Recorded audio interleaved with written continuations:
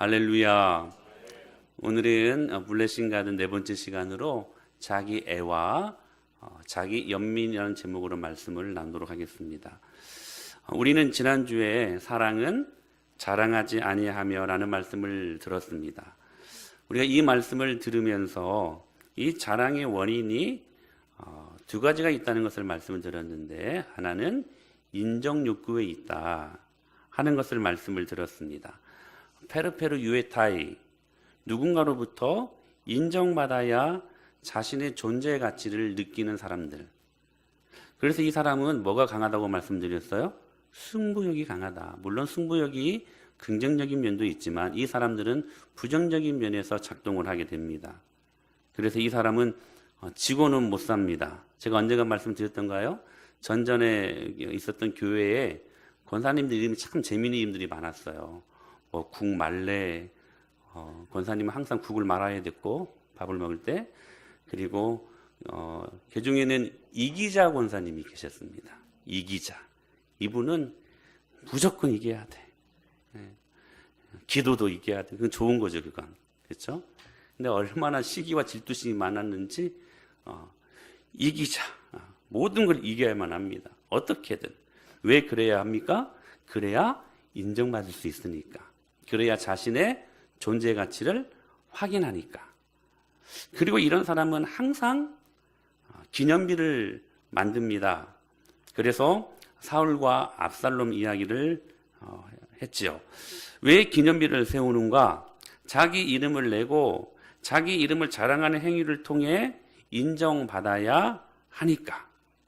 그런데 이 인정 욕구가 여러분 비정상적으로 작동되면 어떤 성격 장애로 확장된다고요? 자기 애라는, 오늘 말씀하는 것처럼 내 애가 아니라 자기 애. 자기 애. 자기를 너무 사랑하는.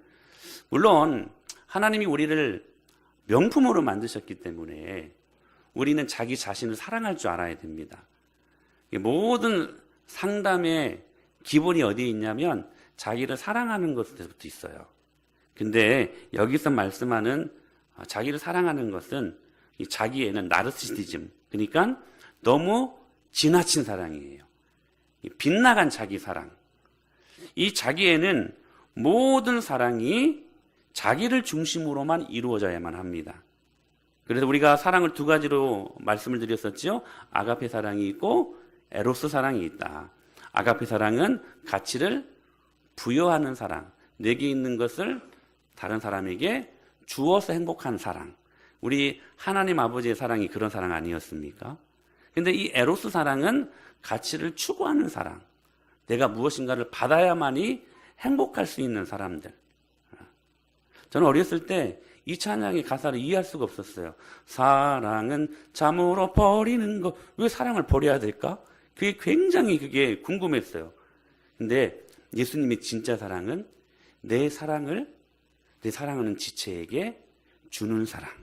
그 사랑이래요. 그 사랑. 여러분, 그러므로 자기 가치를 부여하는 사랑이 아니라 이 자기의 빗나간 자기 사랑을 추구하는 사람들은 항상 가치를 추구하게 되어 있다는 사실입니다. 받아서 기쁜 사람들. 왜냐?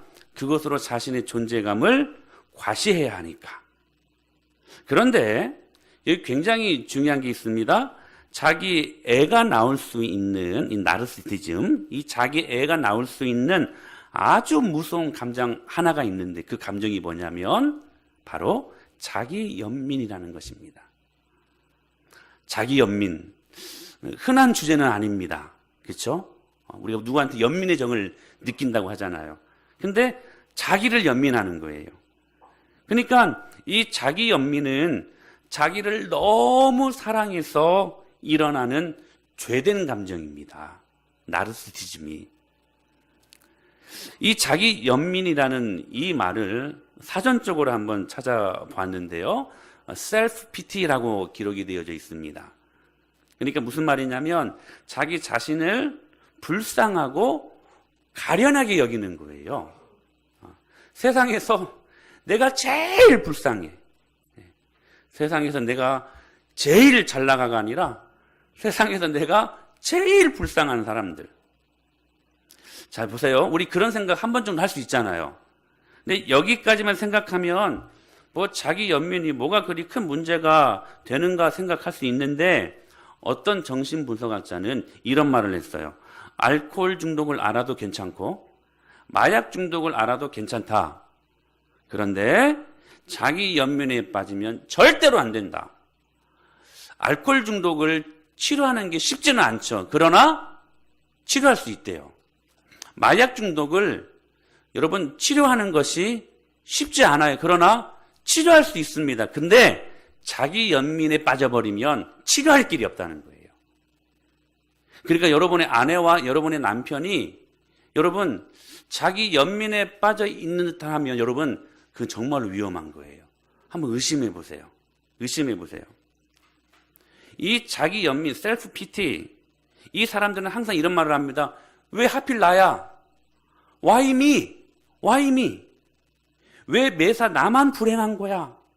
다른 사람들은 다 행복한 것 같은데 왜 나만?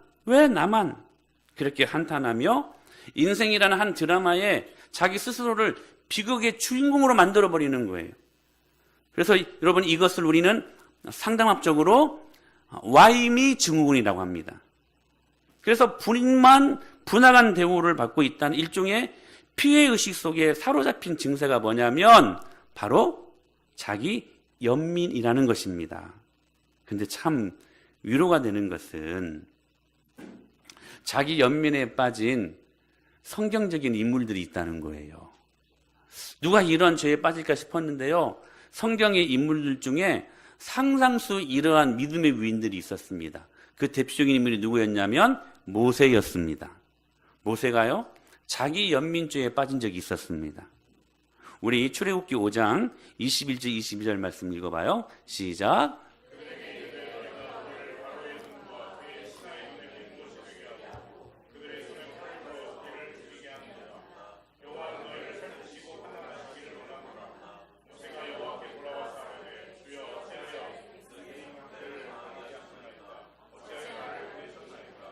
모세가 자기 연민에 빠졌어요. 어찌하여 나를 보내셨나이까? 왜 하필 저입니까? Why me? 여러분 모세가요 그런 트라우마가 있었잖아요. 히브리 동족을 괴롭힌 애굽의 관리를 쳐 죽입니다. 여러분 모세는 바로의 왕자로 자랐지만 그의 정체성은 히브리인이었잖아요. 하나님을 믿는 하나님 백성이라는 것을 알고 있었잖아요. 근데 야 오늘 세례를 받은 애들아 오늘만큼 목사님 봐야지. 팔짱 끼지 말고 목사님 봐요. 자 보세요. 자 그런데 보십시오. 그런 상황 속에서 이제 그 정체성을 갖고 자랐던 모세였어요. 근데요 그 노예들이 히브리인들이었거든요. 자기 종족들이었거든요. 그걸 알았어요. 근데 그 애굽의 관리가 이 히브리인들, 자기 동족을 너무 못살게 굴고 너무 힘들게 구는 거예요. 그래서 이 민족주의가 막 발동을 해서 말리다가 이 관리를, 애굽인 관리를 쳐 죽여버립니다. 그리고 몰래 모래에 묻고 돌아와요. 아무도 모르는 줄 알았어요. 근데 문제는 다음 날이었어요. 다음 날에 이제는 자기 동독들끼리 싸우는, 노예들끼리 싸우는 거예요. 모세가 이해가 안 됐어요. 애굽인 관리인들이 힘들게 하는 것도 어려운 건데 왜 동족들끼리 싸우느냐 하고 싸움을 말렸네요. 근데 그 싸우던 한 사람이 모세에게 뭐라고 말하냐면 네가 어제는 애굽 관리를 죽이더니 이제는 우리 싸움을 말리다가 우리까지 죽이려고 하느냐? 이렇게 말을 해요. 와, 들통난 거야. 아무도 모르는 줄 알았는데. 그래서 그 말을 듣고 바로 광야로 도망 나와 버립니다. 도망 나와요. 누가 너를 우리의 재판장으로 세웠느냐 하고 딴에는 자신의 동족을 위해서 싸움을 말렸는데 오히려 배신당한 같은 말을 듣고 광야로 도망 나와 버립니다. 그런데 이제는 자, 그 광야에서 훈련을 받고 하나님이 부르심을 받아요. 출애굽을 위해 막중한 사역을 하려고 했는데 이제 또 무슨 말을 듣냐면 동족들로부터 또 비슷한 이야기를 들어요. 무슨 이야기를 듣냐면 지금 바로 앞에 이 모세가 한두 번 나간 것이 아니었거든요. 그때마다 바로의 마음이 강팍해졌어요. 하나님의 백성을 내보내 주십시오 라고 말하니까 바로의 마음이 강팍해가지고 오히려 요놈들이 지금 편하니까 이런 말들 하는구나 하고 오히려 그 히브리인들의 노역을 더 세게 합니다. 그러니까 이 지금 노예들, 그러니까 이스라엘 백성들은 이 모세가 바로 앞에 나가는 것이 좋았을까 싫었을까? 싫은 거예요. 나가기만 하면 오히려 노역이 더 세지니까, 강해지니까. 그러면서 했던 말이에요. 그러면서 했던 말. 다시 한번 읽어볼까요? 시작.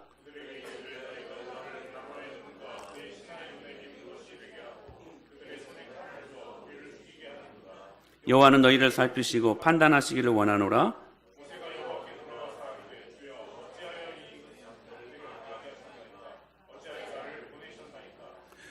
왜 쓸데없이 바로에게 나아가가지고 우리로 하여금 더 힘들게 하느냐. 그 전에 들었던 비슷한 말을 또 듣게 된 거예요. 그 상처가 도드라지는 것입니다. 트라우마가 건드려진 거예요. 그 말을 듣고 모세가 하나님께 묻습니다. 어찌하여 이 백성이 학대를 당하게 하셨나이까? 어찌하여 나를 보내셨나이까? 어찌하여? 그러니까 자기가 지금 희생되었다고 하는 자기 연민에 빠지게 되었다는 사실이에요. 여러분 말씀을 잘 들으세요. 여러분 우리 안에 이러한 감정적인 고백들이 있지 않습니까? 왜 하필 이런 남편을 만나가지고 왜 하필 이런 가정에 나를 낳게 하셔가지고 왜 하필 이런 공동체에 들어오게 하셔서 왜 내가 이렇게 힘들까? 모세의 자기 연민이었습니다. 위로되지 않습니까? 천하의 모세도 이런 자기 연민죄에 빠진 적이 있었다는 거예요. 또 한 인물이 있는데 오늘 본문 말씀이 주인공이에요. 아삽의 자기 연민입니다. 우리 13절 14절 말씀 읽어볼까요? 시작. 내가 내 마음을 깨끗하게 하며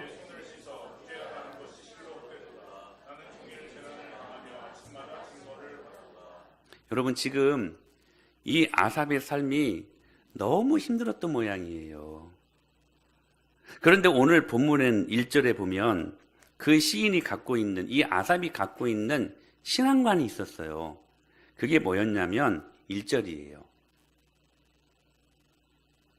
시작. 하나님이 참으로 이스라엘 중 마음이 청결한 자에게 그가 갖고 있었던 그 개념이 뭐였냐면 하나님은 내가 선한 일을 하면 복 주시는 분 이렇게 알고 있었어요.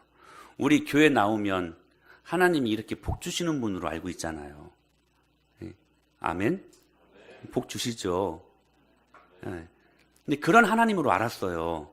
그런 하나님으로. 근데 2절을 보세요. 2절. 그런 그 아삽의 기대가 무너졌어요. 시작. 나는 거의 넘어질 뻔하였고 나의 걸음이 미끄러질 뻔하였으니. 쉽게 말하면 2절 말씀은 그런 하나님인 줄 알았는데 시험 들었다는 거예요. 오, 이상하네? 그런 하나님이 아니신 것 같네? 갑자기 마음속에 불신과 그리고 시험이 확 들어와 버리는 거야. 시험이. 여러분, 우리 교회 잘 다니다가 시험 들 때 있잖아요. 여러분 그 시험 들 때 여러분 추리하십시오. 뭐 대단한 것 때문에 시험 드는 건 아닙니다. 진짜 작은 거 하나 때문에 시험 듭니다. 근데 아삽이 시험에 든 것은 뭐였냐면 내가 믿고 있었던 하나님은 내가 예수님 잘 믿고 교회 잘 다니면 복 주시는 분이신 줄 알았는데 웬걸? 그런 하나님이 아니었다는 거예요. 그리고 나서 13절 14절 시작. 내가 내 마음을 깨끗하게 하며 내 손을 씻어 무죄하다 한 것이 실로 헛되도다. 나는 종일 재난을 당하며 아침마다 징벌을 받았도다. 뭐라고 지금 고백하고 있어요? 종일 재난을 당하고 복 받을 줄 알았는데 뭔 복이야? 오히려 아침마다 징벌을 받는 삶을 살아가고 있었다는 것을 지금 고백하고 있는 거예요. 그래서 하는 말이 신앙 양심대로 사는 것이 헛수고구나. 헛되도다 헛되도다. 사랑하는 여러분, 이런 억울함들이 있지 않습니까? 얼마든지 우리 이런 생각들 갖고 있을 수 있잖아요. 교회 잘 다니면 복 받을 것 같아서 교회 나왔는데 웬걸요? 아니에요. 이런 억울함들이 많이 있지 않습니까? 근데 여러분, 정말 중요한 것을 가르쳐 드릴게요. 잘못된 신학은 잘못된 신앙을 만듭니다. 신학이 참 중요한 거예요. 뭐냐? 소위 우리도 모르는 사이에 번영신학이라는 것이 우리 안에 들어와 가지고, 이 번영신학은 뭐냐면 예수님 믿으면 무조건 잘 돼야 돼. 예수님 믿고 안 되면 저주받은 거야. 이렇게 만들어버리는. 그래서 예수님 믿으면 고난도 없어야 되고, 예수님 믿으면 병도 안 걸려야 하고, 예수님 믿으면 사고도 비켜가야 되고, 예수님 믿으면 모든 일이 만사형통 잘 되어야 하고, 이렇게 철석같이 알고 들어왔는데 웬걸? 예수 믿어도 고난이 있고, 예수님 믿어도 병도 걸리고, 예수님 믿어도 사고도 일어나고. 여러분, 그러지 않습니까? 제가 오늘 일부 예배 때 정실이에게 그런 말을 했어요. 여러분, 정실이 우리 교회 와서 예수님 믿었거든요. 첫 설교의 은혜를 받았습니다. 첫 설교가 천국 지옥 이야기였어요. 근데 그 무서운 이야기 은혜를 받고 그가 첫 설교 예수님을 영접했습니다. 그래서 예수님 잘 믿기로 약속을 하고, 그리고 세례도 받고, 여러분 영유아부 교사까지 했잖아요. 저기 오산에서부터 왔다 갔다 하면서 아침에 일찍 와가지고. 그러니까 보통 열심이 아니었어요. 그런데 떡하니 걸린 게 백혈병 아니었습니까? 여러분 이해돼요? 여러분 이해됩니까? 소위 번영신학이라고 말하는 그 신념에 의하면 이것은 저주받은 거야. 그러지 않습니까, 여러분? 얼마나 그 처녀가, 그 연약한 아이가, 여러분 그 백혈병 때문에 얼마나 아파했습니까? 얼마나. 그러니까 이때 우리는 와임이 왜 하필 나에게 이런 일이, 그럴 수 있지만, 그러나 여러분, 예수님을 믿어도 고난이 있을 수 있고, 예수님을 믿어도 병에 걸릴 수 있고, 예수님을 믿어도 여러분 여러 가지 많은 안 좋은 일들이 일어날 수 있습니다. 그러나 중요한 것은 그것은 한 과정일 뿐이지. 여러분 이 과정들을 통하여 하나님이 우리에게 놀랍도록 축복하시고 놀랍도록 회복하실 것을 믿는 그 큰 그림을 볼 수 있는 하나님의 눈이 필요한 것이죠. 그게 섭리 아닙니까, 섭리? 근데 우리는 스스로 와임이 왜 나에게 이런 부모님을, 왜 하필 나에게 이런 남편을, 왜 내 자녀는 건강하지 못하고 다른 아이들은 좀 1등도 하고 2등도 하고 하는데 왜 꼭 꼴등만 하는가? 왜 나야? 와임이? 왜 나는 기도하는 것들마다 응답이 안 되는 거야? 여러분, 우리가 왜 기도하지 않는 줄 아십니까? 기도하지 못한 이유가 뭔지 아세요, 여러분? 한두 번 기도했는데 기도 응답이 안 되니까. 바빠서도 아니고 힘들어서도 아니에요. 기도했는데 응답이 막 와야 되잖아. 너는 내게 부르짖으라. 내가 너에게 응답하겠고, 할렐루야. 이 말씀 믿고 기도했단 말이에요. 근데 응답이 안 돼. 한두 번 기도하고 말아버려. 여러분, 정말 그럴까요? 정말 그렇습니까? 여러분, 우리가 기도해도 응답이 안 되는 것은 응답이 안 되는 게 아니라 우리의 그 기도의 내용이 여러분 저축되는 것입니다. 쌓이는 거예요. 저는 이 말을 제가 설교 준비하면서 이 말씀 증거하면 아멘 하겠구나 했는데 1부 예배 때도 아멘을 안 하고 2부 예배 때도 아멘을 안 하네. 응? 여러분 이거 정말 중요한 말씀이에요. 한나가요 아들 달라고 기도했잖아요. 우리 승부 좀 잘 좀 봐주세요. 여러분 아들 달라고 기도했잖아요. 근데 숱한 시간들 동안 아들이 없었어요. 그 가정에 아들이. 얼마나 여러분 이 한나가 미친 여자처럼 기도했습니까?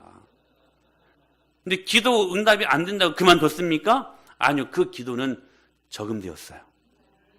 그 기도는 하나님 나라의 통장에 여러분 저축되고 있었어요. 할렐루야. 그리고 여러분 그 기도에 주님이 드디어 응답하실 때에 이스라엘을 이끌어갈 사무엘이라는 영도자를 하나님께서 그 태에 문을 여셔서 그렇게 축복하시지 않았습니까? 여러분 기도 안 된다고 포기하지 마세요. 여러분 그 기도는 반드시 저금됩니다. 할렐루야. 그리고 가장 좋은 것으로 주님께서 열매를 주십니다. 할렐루야. 그러니까 응답 안 되는 게 아니에요. 근데 우리는 와임이 어찌하여 내 기도는 다른 사람들은 기도한 즉시 간증들 들어보면 다 응답되는 것 같은데 내 기도는 왜 응답이 안 되는 거야? 우리들의 자기 연민에 빠질 수 있는 여러 가지 많은 요소들이 있지 않느냐 하는 것입니다. 근데요, 이 자기 연민을 유발케 하는 것들이 두 가지가 있어요. 하나는 뭐냐면 질투, 시기하는 것입니다. 이것은 자기 연민으로 가게 하는 징검다리예요. 뭐가요? 질투, 시기가요. 우리 3절 말씀 봐요. 시작. 이는 내가 악인의 형통함을 보고 오만한 자를 질투하였음이로다. 뭘 보았습니까? 악인의 형통을 봤어요. 아무리 생각해도 악인인데 나보다 더 잘 사는 거야. 나는 이렇게 예수님 믿는다고 기도도 하고 새벽에도 나오고 주일 성수 거르지 않고 11주도 하고 바둥바둥 몸부림치며 하는데 이상해. 예수 안 믿는 불신자들이 더 잘 사는 것 같아. 더 형통한 것 같아. 그런데 그 악인들의 형통을 보고 이 아삽의 마음에 뭐가 확 들어왔냐면 시기와 질투가 확 들어왔다는 거예요. 어떻게 해요? 확. 여러분 질투가 무엇입니까? 질투는 뭐냐면 남이 갖고 있는 것을 나도 갖고 싶은 단순한 부러움이 아니라 죄된 부러움입니다. 여러분 이 시기 질투는 죄예요. 죄예요. 단순한 소유욕이 아니라 죄된 부러움이라는 거예요. 여러분 십계명에 보면 내 아내를 뭐 하지 말라? 탐하지 말라. 그렇죠? 아니죠. 남의 아내를 참. 일부 예배 때는 그대로 했던 것 같은데 가만히 있었는데. 주여, 내 아내를 탐해야지 어떻게 하겠어. 내 이웃의 아내를 탐하지 말라. 욕심내지 말라. 참 이런 실수도 안 해. 웬만해서 유머로 하면 여러분들 안 웃으니까 이렇게 웃게 하시려고 하나님이. 내 이웃의 아내를 탐하지 말라. 근데 여러분 보십시오. 이 질투가 작동이 되면 내 이웃집 남편이 저렇게 잘 나가는데 저 남편이 내 남편이 되었으면 좋겠어. 이런 마음이 들어와요. 이 시기와 이 질투가 작동이 되면 내 옆집 저 아내가 얼마나 예쁘고 얼마나 교양미 넘치는지 저 이웃의 아내가 내 아내가 되었으면 좋겠네? 이런 생각까지 들어요. 그것이 재산이든 건강이든 관계이든 자녀이든 나도 갖고 싶어서 자기 자신을 운전해가는 죄스러운 마음이 뭐다? 질투라는 거예요. 근데 이 질투가 자기 연민을 만들어낸다는 거예요. 나이를 보십시오. 여러분 야곱으로부터 얼마나 사랑받는 아내였습니까? 근데 딱 한 가지, 근데 그게 치명적이었어요. 아이를 못 낳는 거예요. 근데 못생긴 언니 레아는 아이를 너무 잘 낳는 거예요. 그게 부러웠어요. 부러움을 넘어서서 그게 질투가 된 거예요. 그래서 이렇게 말해요. 시작. 라헬이 자기가 야곱에게서 아들을 낳지 못함을 보고 그의 언니를 시기하여 야곱에게 이르되 자기 자식을 낳게 하라. 그렇지 아니하면 내가 죽겠노라. 시기하여 야곱에게 이르되. 시기했대요. 시기했대요. 여러분 이 자기 연민에 빠진 사람들이 갖고 있는 전매 특허가 뭔지 아세요? 나 죽을래 그냥. 죽여줘. 죽여줘. 지금 그 말이에요. 지금 여러분. 그냥 좋게 말해서 그렇지 아니하면 내가 죽겠노라. 이렇게 말한 것 같지만 진짜 말은 죽여줘요, 죽여줘. 이 말이야, 이 말이야, 이 말이야. 시기가 여러분, 사람을 이렇게 만들어버려요.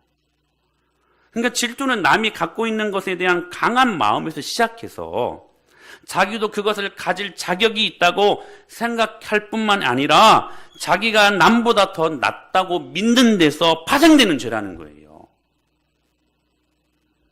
저 사람보다 내가 더 나은 것 같은데 저 사람은 있고 나는 없어요. 내가 더 자격 있는 사람인데 그래서 상대적으로 자신의 모습을 보니까 불쌍한 거예요. 가련한 거예요. 그래서 자기 연민에 빠져들게 되는 것입니다. 한번 보실까요? 이렇게 어떻게 비교하는지 이 아삽이? 시작. 사람이 당하는 고난이 그들에게는 없고 재앙도 그들에게는 없나니 그러므로 교만이 그들의 목걸이요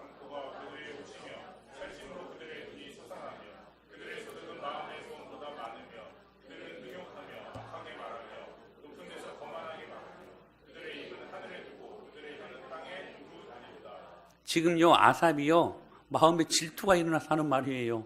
나도 저랬으면 좋겠는데 나에게는 적이 없다는 거야. 여러분 이 5절로 9절 말씀 중에 어떤 말씀이 최고 마음에 와닿아요? 그들의 소득은 마음의 소음보다 많으며 나는 이게 다가오더라고 솔직히. 내 통장에 어느 정도 있으면 좋겠는데 우리는 그것도 그냥 빌빌대면서 있을 때도 있고 없을 때도 있고 근데 불신자들 보니까 너무 잘 사는 거야. 너무 잘 사는 거야. 아삽이 지금 질투하고 시기하는 마음 나도 저랬으면 좋겠는데 그 마음으로 지금 이렇게 고백하고 있었던 거예요. 그래서 하는 말이 결론이 뭐냐면 13절에 시작 내가 내 마음을 깨끗하게 하며 내 돈을 써 무죄하다 한 것이 실로 헛되도다. 무슨 말이냐면 내가 뭐 하려고 이렇게 믿음으로 살려고 바둑바둑 됐나. 헛되도다 헛돼. 나 이제 이렇게 안 산다. 다 집어치우고 나 내 마음대로 살래. 아무래도 안 되잖아. 근데 여러분 얼마나 아무래도 했습니까? 자기 연민으로 끌고 가요. 자기 연민으로. 자기 연민으로. 여러분 악인의 형통함을 부러워하지 마십시오. 은재야 설교 듣고 있니? 목사님 봐. 악인의 형통함을 절대로 시기하지 마십시오. 그것은 70년, 80년 이 땅에서 누리고 말 것들이에요. 여러분 우리에게는 영원한 생명이 있지 않습니까? 질투, 시기가 자기 연민을 만들어내요. 또 한 가지 원인이 있어요. 과장하는 거예요. 과장. 아삽이 지금 악인의 형통을 바라보는 시각이 너무 많이 곡해되었고 과장되었어요. 우리 4절 말씀 보실까요? 시작. 그들은 죽을 때에도 고통이 없고 그 힘이 강건하며. 여러분 악인들이 죽을 때 고통이 없다고요? 꽃상에 타고 가니까 죽음에 여러분 고통이 없다고요? 그런 게 어디 있어? 여러분 죽을 때 고통이 없고 힘이 강건해요. 악인들이 정말요? 제가 여러분 숱한 시간들 동안 숱한 여러분 장례를 치렀습니다. 부교육자 시절 때부터 제가 한 30년을 그렇게 한 것 같아요. 수많은 장례를 보는데요. 결론이 뭔지 아세요? 예수 안 믿고 죽는 사람들 많이 봤어요. 한결같이 여러분 두려움과 공포 속에서 임종을 맞이합니다. 한 명도 여러분 평안하게 임종을 맞이한 적이 없어요. 부들부들 떨어요. 얼굴이 새카매지면서 이를 갈아요. 악인들이 고통이 없다고 죽을 때 여러분 속지 마세요. 고통이 있어요. 고통이 있어요. 악인이 죽었을 때 때깔이 좋다고요? 뭐 귀신도 먹어야 때깔이 이런 말이 어디 있어? 응? 과장이에요. 여러분 믿지 마세요. 악인들이 죽을 때 얼마나 고통하는지. 근데 지금 시인 아삽은 지금 과장하고 있어요. 5절 말씀 5절 시작.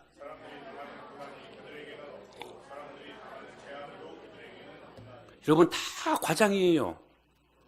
사람들이 당하는 고난이 그들에는 없고 여러분 정말 없어요? 여러분 예수 안 믿는 사람들은 혼자 살아가야 되잖아요. 우리는 예수님과 함께 살아가잖아. 할렐루야. 이게 우리들에게 축복 아닙니까, 여러분? 천지를 지으신, 창조하신 하나님이신 예수님과 우리는 임마누엘 동행하며 살잖아요. 그래서 어려운 일이 있을 때마다 그분을 의지하면 주님이 도와주시고, 부족한 것이 있으면 우리에게 채워주시고, 아멘. 우리들에게 어리석은 것들이 있으면 지혜롭게 하시고, 주님이 우리로 하여금 살아가게 하시잖아요. 근데 예수 안 믿는 사람들은요, 혼자 힘으로 살아가세요. 그러니까 당연히 여러분 힘들 수밖에 없어요. 근데 아삽은 과장해요. 예수 안 믿는 사람이 저렇게 잘 되는 것은 저들에게는 고난도 없고 재앙도 없기 때문이다. 왜요? 왜 재앙이 없어요? 왜 재앙이 없어요? 근데 아삽은 과장해요. 곡해예요. 여러분, 민수기 11장에 보면 이런 말씀이 있어요. 시작.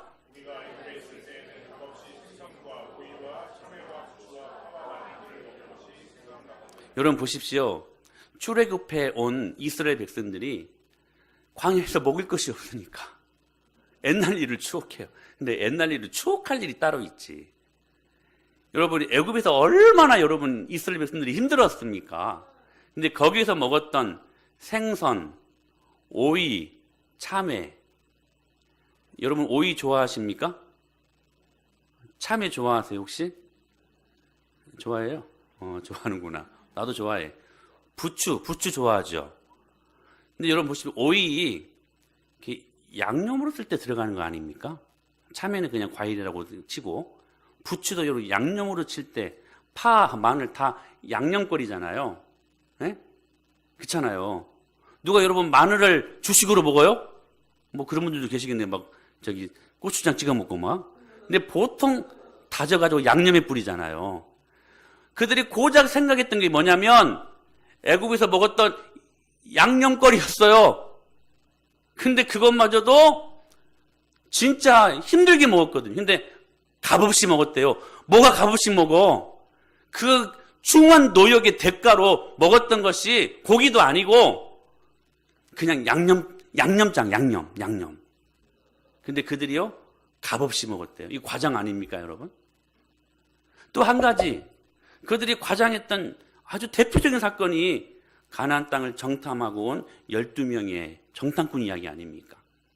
여러분, 12명의 정탐꾼 스파이들이 가나안 땅을 들어가서요, 그 가나안 땅의 화려함과 기름진 것들을 봐요. 놀랐어요. 막 눈이 휘둥그레졌어요. 막 12명이요 그 광경을 똑같은 장소에서 똑같은 시간에 똑같이 봤습니다.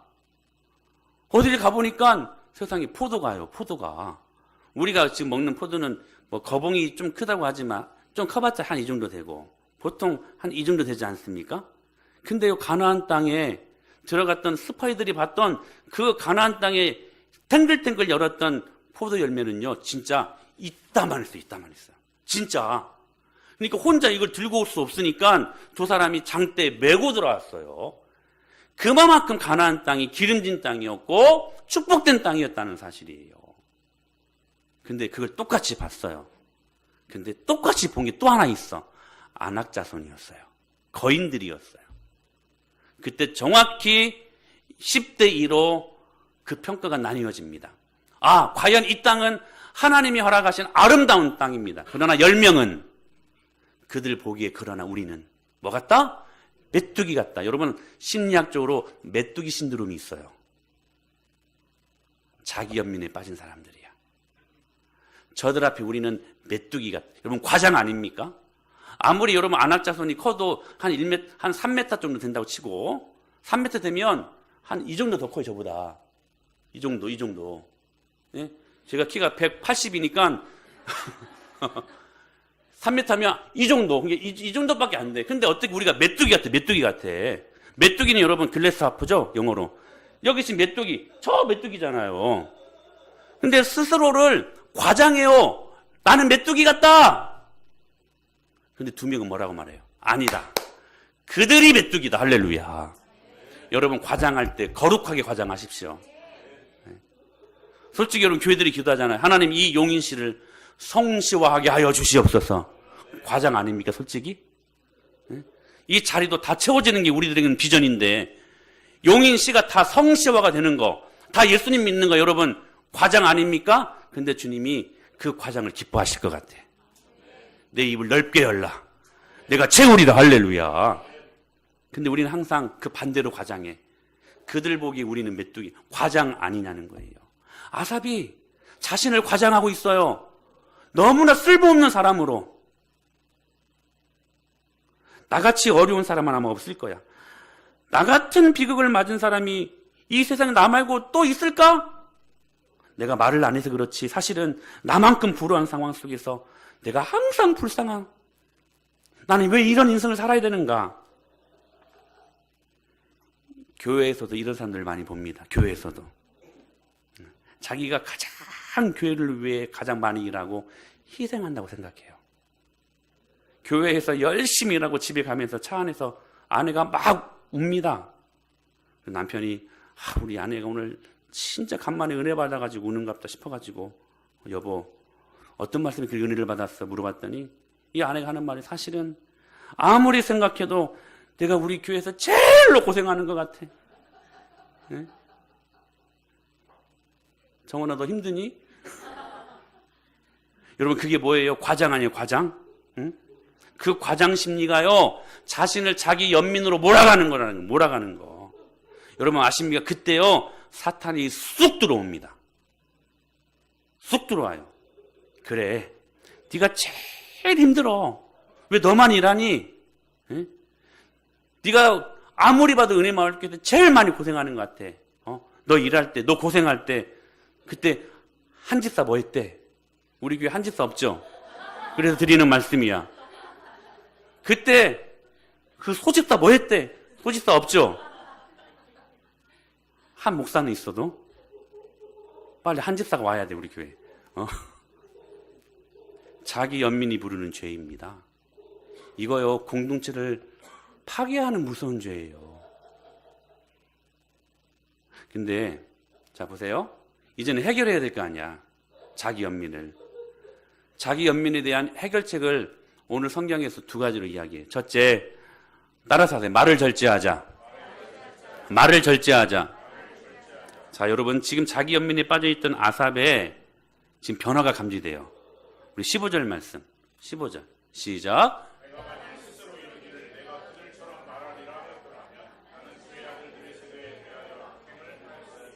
자 보세요. 지금 아삽이 자기 연민죄에 빠지려고 하는 그 순간 스스로 무엇을 통제합니까? 말을 통제해요. 말을. 내가 그들처럼 말하리라 하였더라면. 말하지 않았다는 거예요. 그렇죠? 자기 연민을 이기기 위해 지금 말을 통제하고 말을 조심했다는 거예요. 여러분 여리고성을 무너지게 할 때 하나님이 명령하신 방법이 침묵이었잖아요. 경관 난공불락의 초롱성. 그 성을 보고 이스라엘 백성들이 자칫 자기 연민에 빠질 수 있는 상황이었습니다. 요단강을 건너고 난 다음에 딱 갔는데 여리고성이 있는 거예요. 저걸 어떻게 저걸 무너지게 하고 저걸 어떻게 뚫고 나가? 저걸 뚫고 나가야 가나안 땅을 들어가는데 아무리 봐도 난공불락의 초롱성이에요. 그 성벽을 어떻게 뚫을 수가 없는 거야. 스스로 여러분 메뚜기 같은 존재라고 자기 연민에 빠질 수 있는 상황 아닙니까? 근데요 그런 말들이 나올 수 있을까 봐 하나님이 그들에게 명하신 것이 뭐예요? 침묵해라. 말하지 마라. 왜? 싸우기도 전에 부정적인 말의 영향으로 이미 패배할 수 있었기 때문에. 여러분 우리는 상당수 말 때문에 싸우기도 전에 여러분 우리는 패배할 때가 참 많이 있는 것 같습니다. 그러지 않습니까 여러분? 말을 절제하십시오. 여러분 제가 어렸을 때 언니가 말씀드렸었는데 동네 아줌마가 한 분 계셨어요. 근데 이분이요 입버릇처럼 하는 말이 아이고 속 터져 죽겠네. 남편을 볼 때마다 그리고 자식들을 볼 때마다 항상 하는 말이 뭐였냐면 아이고 속 터져 죽겠네. 근데 정말로 속 터져 죽었어요. 진짜. 그 말이 얼마나 무서운지 여러분 이 장이요 파열되어서 갑자기 죽어버렸습니다. 말을 절제하십시오. 왠지 아세요? 잠언 말씀 이런 말씀이 있어요. 시작. 죽고 사는 것이 혀의 권세에 달렸나니 혀를 쓰기 좋아하는 자는 그 열매를 먹으리라. 왜 하필 저예요? 왜 나만 이렇게 고난을 당해야 돼요? 왜 나만 이렇게 불쌍해요? 왜 나만 이렇게 힘들어요? 여러분, 말을 절제하십시오. 여러분, 그렇게 말하면 진짜로 힘들게 돼버리는 거야. 언어가 그 사람의 인생을 만들어갑니다. 할렐루야. 그걸 알았기 때문에 아삽은 언어를 절제해요. 언어를 통제해요. 두 번째, 이 자기 연민을 이길 수 있는 방법이 뭐냐? 예배의 자리로 나아가라는 거예요. 문 뜬금없이 갑자기 예배의 자리로 나아가라. 여러분 보십시오. 우리 16절 17절 말씀 같이 읽어봐요. 시작. 하나님의 성소에 들어갈 때에야 여러분, 이 자기 연민이요, 부정적인 죄의 요소입니다. 무슨 말이냐면 죄는요, 영적인 문제라는 거예요. 그러므로 영적인 문제는 영적인 것으로 해결해야만 합니다. 그래서 아삽은 다른 거 신경 쓰지 않고 하나님의 성소에 들어가요. 교회로 들어갑니다. 아삽이 잠시 시험에 들 뻔했어요. 나는 하나님 잘 믿고 선한 일을 한다고 하는데 복음커녕 고통과 고난뿐인데 아기는 저렇게 잘 되고 번영하고 왜 내가 이렇게까지 신앙생활을 해야 되나? 그냥 나 때려칠게! 하려고 하는 그 순간, 여러분, 자기 연민은 죄 아닐까요, 여러분? 여러분, 이 결론을 냈잖아요. 때려칠게! 여러분, 자기 연민은 죄입니다. 왜냐하면 여러분, 이걸 아셔야 돼요. 자기 연민죄에 빠져버리면, 여러분, 하나님이 우리에게 왜 고통과 고난을 주실까요? 결국 우리를 하나님의 섭리로 이끄셔서 가장 좋은 거 주시려고. 할렐루야. 근데요, 자기 연민에 빠져버리면 하나님의 섭리를 못 봐요. 그래서 죄야. 여러분, 예수 믿는 우리는 하나님의 섭리를 볼 수 있어야 되는 사람들 아닙니까? 그래야 고난도 이길 수 있어요. 그런데 자기 연민에 빠져서 하나님의 섭리를 볼 수 없게 될 때, 지금 아삽이 어디 들어왔냐면 성소에 들어왔어요. 교회 안에 들어왔어요. 그리고 깨닫습니다. 18절 말씀에 주께서 참으로 저희를 미끄러운 곳에 두시며 파멸에 던지시니, 무슨 말이에요? 악인의 형통이 부러워할 일이 아니구나. 그들의 종국은 파멸이구나. 파멸이구나. 7, 80년 이 땅에서는 잘 살 수 있을지 모르지만 죽어서는 파멸이구나. 이것을 교회 안에 들어와서 깨닫게 되었던 거예요. 그래서 악인의 형통이 절대로 부러워할 일이 아니라는 것을 알게 된 거예요. 마지막에는 하나님의 심판이 있다는 것. 여러분, 그것을 어디서 깨닫습니까? 성소에서 깨닫게 돼요. 성소에 들어갈 때에야.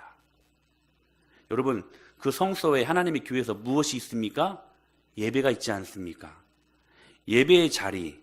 여러분, 예배의 자리가 왜 중요합니까? 그 안에 두 가지가 있기 때문입니다. 말씀이 있고 기도가 있기 때문에 그렇습니다. 말씀은 우리의 질투하는 생각을 바꾸고, 우리의 잘못된 왜곡, 과장하는 언어의 습관을 치료하고, 말씀은 그것을 회복케 하는 능력입니다. 기도는 뭘까요? 여러분, 이 죄된 부정적인 감정을 죽이는 능력입니다. 여러분, 그래서 청교도 존 라인이라는 목사님은 죄는 기도를 죽이지만 기도는 뭘 죽여요? 죄를 죽인다고 말씀하셔요. 예배 자리에 이 두 가지 탁월한 능력이 있잖아요. 그렇게 아삽이 이 탁월한 은혜를 경험을 해요. 그러자 그가 생각했던 그 가치관이 바뀌어요. 보실래요? 시작.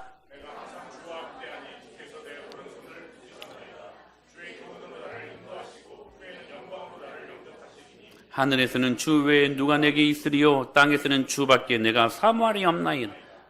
여러분, 그의 시각이 바뀌지 않습니까? 전에는 시험 들 뻔했는데요. 뭐라고 말해요? 내가 항상 주와 함께하니 주께서 내 오른손을 붙드셨나이다. 주의 교훈으로 나를 인도하시고, 할렐루야.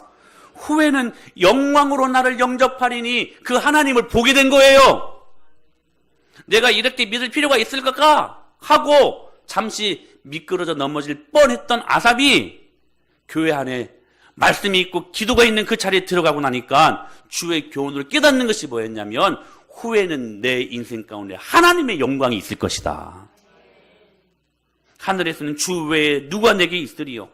땅에서는 주밖에 내가 사모할이 없나이다. 결국 자기 연민으로 인해 하나님의 섭리를 볼 수 없었던 아삽이 예배를 통해 겪고 있는 어려운 상황을 말씀으로 해석해내고 있었다는 사실입니다. 여러분, 신앙이 뭘까요? 여러분, 믿음이 뭘까요? 여러분, 기도했을 때 막 안 되는 것도 대기하고 막 여러분 막 기복적으로 무엇이 막 일어나고 막 이런 게 여러분 믿음이 아닙니다. 여러분, 나타난 현상일 뿐이지 중요한 것은 뭐냐면 믿음이란 때로 우리에게 당하는 고난과 아픈 상처와 그런 고통을 여러분 해석할 수 있는 능력이 믿음입니다. 할렐루야. 그 믿음으로 서십시오. 제가 지난주에 학창시절 때 많이 불렀던 찬양이 갑자기 생각이 났어요. 하나님이 실수하지 않으신다는 찬양인데, 그 최용덕 씨라는 분이 저희 중고등부 때 찬양집이 있었는데, 찬미예수란, 찬미 2000 뭐 이런 찬미 5000까지 있었던가요? 그 책을, 노래책을 펴낸 분이신데, 이분이 정말로 사랑했던 딸을 갑작스러운 사고로 잃어버립니다. 얼마나 여러분 슬펐을까요? 와임이 왜 하필 제 딸입니까? 와임이 여러분 이렇게 말할 수 있는 상황 아니었을까요? 근데요, 이 최용덕 씨가요, 자기 딸을 잃어버린 슬픔을 안고 하나님 앞에 나와가지고 기도하면서 울면서 이 찬양에 시를 씁니다. 내가 걷는 이 길이 혹 굽어드는 수가 있어도, 내 심장이 울렁이고 가슴 아파도, 내 마음속으로 여전히 기뻐하는 까닭은, 난 이 말씀 너무 기가 막혀. 하나님은 실수하지 않으신다네. 내가 세운 계획이 혹 빗나갈지 모르며 나의 희망 덧없이 쓰러질 수 있지만, 나 여전히 인도하신 주님을 신뢰하는 까닭은 주께서 내가 가야 할 길을 나보다 더 잘 아신다는 거예요. 넌 너무 멋진 고백. 과연 그 슬픈 마음을 어떻게 이렇게 시로 고백할 수 있을까? 참 이해가 안 돼요, 솔직히. 어두운 밤, 어둠이 깊어 날이 다시는 밝지 않을 것 같아 보여도 내 신앙 부여잡고 주님께 모든 것 맡기리니 하나님을 내가 믿음일세. 그 암울한 상황을 해석해내잖아요. 지금은 내가 볼 수 없는 건 너무 많아서 너무 멀리 가물가물 어른거려도 운명이여 오라. 나 두려워 아니하리. 만사를 주님께 내어 맡기리. 차츰차츰 어둠은 거치고 하나님 지으신 빛이 뚜렷이 보이리라. 가는 길이 온통 어둡게만 보여도 하나님은 실수하지 않으신다네. 왜 하필 내 딸입니까? 왜 하필 이 상황입니까? 여러분, 이렇게 말할 수 있는 상황 아닙니까? 자기 연민이 극대화될 수 있는 상황 아니었을까요? 우리는 무엇인가를 원했을 때, 간절히 원했을 때, 그것이 응답되지 않거나 잃어버렸을 때 쉽게 좌절합니다. 바로 그때 여러분, 그 상황을 왜 우리에게 허락하셨는지 그 상황을 해석할 수 있는 능력을 주시옵소서. 기도하셔야 돼요. 어떤 해석입니까? 어떤 해석일까요? 우리가 당하는 문제는 다양합니다. 여기 한 7, 80분이 계시기 때문에 당하는 고난이 다 다양합니다. 계속 반주해주세요. 계속 여러분, 다 다릅니다. 다 달라요. 다양해요. 우리가 경험하는 문제가 다 다양해요. 그렇잖아요, 여러분. 근데 여러분, 하나님의 섭리는 딱 하나입니다. 따라서 하실까요? 하나님은 언제나 항상 우리에게 최고의 것을 주신다. 하나님은 언제나 늘 항상 최고의 것을 주신다. 이게 하나님 섭리의 결론입니다. 다 다양하죠. 문제는 다 다양합니다. 근데요, 이것을 우리가 알지 못하는 거예요. 그래서 우리는 우리 편에서 우리가 생각하는 좋은 것을 원해요. 하나님 이것도 주시라고. 근데 하나님 보시기에는 이게 최선이 아니야. 근데 우리는 베터, 우리가 원하는 좋은 것을 달라고 하는 거예요. 근데 하나님은 우리에게 베스트를 주시기를 원하십니다. 그래서 우리를 사랑하시는 하나님은 우리에게 최고의 것을 주시기 위해 우리가 그렇게 원하는 그 베터, 그 좋은 모습, 그 차선을 때로는 제거하실 때가 있어요. 그래야 최고의 것을 받을 수 있기 때문에. 이런 말이 있잖아요, 영어로. The better is the best enemy of the best. 차선은 최선의 최대의 적이다. 이것을 알지 못한 채 우리는 항상 우리 편에서 우리가 생각하는 좋은 것만 주신다. 달라고 애를 씁니다. 제가요, 사실 제가 먼저 말씀도 드렸지만 3년 전인가 4년 전인가 제가 청빙을 받았습니다. 우리 교회 계속 하고 있었을 때. 전주에 한 2, 3천명 모이는 교회예요. 후임으로 오라는 거예요. 여러분, 솔깃할 수 있는 제안 아닙니까? 어떤 분은 그래요. 1,000명만 넘어가는 교회 담임 목사만 돼도 웬만한 장관보다 낫대요. 목사를 그렇게 평가하는 이 시대가 되고 말았습니다. 솔깃할 수 있는 여러분 제안 아닐까요? 와달라는 거예요. 잠깐 흔들렸어요. 제가 보기에 배터일 수 있잖아요. 좋은 것일 수 있잖아요. 근데 하나님이 바로 마음을 접게 하시더라고요. 왜냐하면 하나님이 저에게 준비해 두신 베스트가 있었기 때문에. 그 베스트가 저는 은혜마을교회라고 믿습니다. 사랑하는 여러분, 그러지 않습니까? 문제는 많이 있지만 답은 하나이니 주님 만나는 예배에 있음을 믿습니다. 상황을 예배를 통하여 해석해 내십시오. 그러면 자기 연면에 빠질 틈 없이 주님 주시는 섭리의 은혜를 바라보고 넉넉히 이기게 될 것을 믿습니다. 할렐루야! 우리 그 은혜를 바라보고 주님 앞에 세워지는 저와 여러분이 될 수 있게 되기를 축원합니다.